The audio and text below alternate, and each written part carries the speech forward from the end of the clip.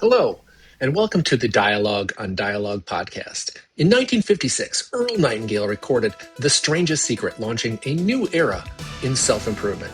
Over his lifetime, he created thousands of radio and audio programs exploring success, purpose, and meaning.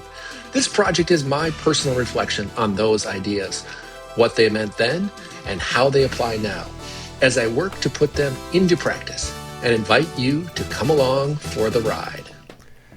Episode 35, Business and Entrepreneurship. As Earl Nightingale reminds us, people don't need to be educated nearly as much as they need to be reminded. This series is about remembering the truths we probably already know and learning how to live them. This week's episodes are brought to us by Good Time Gary over at the Probst Group. Most people don't spend much time thinking about or talking about their industrial water systems. And that's probably for the best. Because if you did, we might have questions for you. Uncomfortable questions. And your friends would probably be looking for ways to get out of that conversation. That's where Good Time Gary over at the Probst Group comes in. They handle the parts of industrial water systems that most of us, hopefully, prefer not to think about. They clean the crap out of water. If you have questions about your system or concerns you'd rather not Google, you can give Gary a call. He will almost certainly know what to do. This is a satirical ad. No one is paying me nothing for this. Although, if they were, I would probably say the same thing. Today's episode is a shorter one, but it packs a powerful mindset shift, especially for anyone who has ever considered going into business for themselves. Earl begins with a blunt but clarifying reminder. If a person does not like what he's getting, he should look to what he's giving. If you're unhappy with your work or our income or our situation, the first place to look for improvement isn't outward, it's inward. What value are you contributing?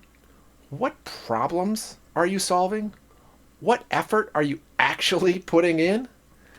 That question alone reframes responsibility in a way that's both uncomfortable and empowering. Earl then encourages us to shift how we see the people we encounter every day. When you interact with others at work, in business, or in passing, imagine that they could be the next Abraham Lincoln or some other great leader who defied the norms and went on to achieve something extraordinary. That mindset challenges how we show up. It encourages respect, curiosity, and generosity, qualities that matter deeply in business and in leadership. Next, Earl talks about the idea or the concept of minimum wages and maximum wages, pointing out that these ideas are nothing new. What business owners understand, often the hard way, is that there really is no such thing. Entrepreneurs don't work until the clock strikes 5. No. They work until the work is done. They put in long hours, not because they're forced to, but because they're serving the customer and growing the business, and it demands it. The business owner accepts responsibility, not just for their own success, but for the success of the enterprise itself. Earl also addresses fears around automation, fears that existed even in his time. His point is simple. Business owners must embrace technology to stay competitive. Those who resist it don't preserve their livelihood, they lose it. Progress doesn't wait. The industries that fail to adapt eventually disappear. From there, Earl moves directly into entrepreneurship. He makes it clear that before starting a business, a person must learn the rules of the industry, just as a chess grandmaster would easily defeat someone who doesn't know the rules. Experience matters.